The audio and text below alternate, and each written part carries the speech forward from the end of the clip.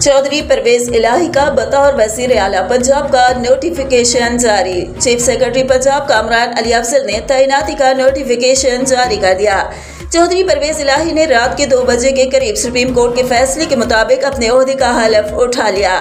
صدر پاکستان ڈاکٹر عارف علوی نے ان سے حلف لیا۔ پرویز الہی نے صوبہ پنجاب کی وزارت اعلیٰ کی سیٹ سنبھال لی۔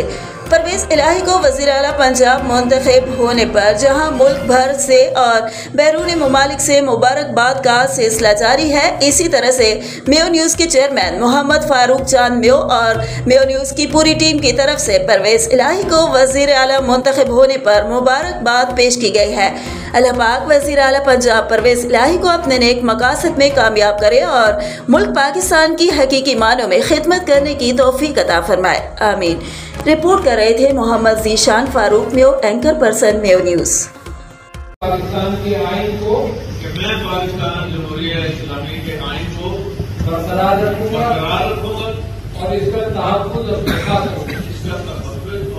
کروں گا کہ میں ہر حالت میں ہر قسم کے لوگوں کے ساتھ بلا خوف و رعایت اور بلا رغبت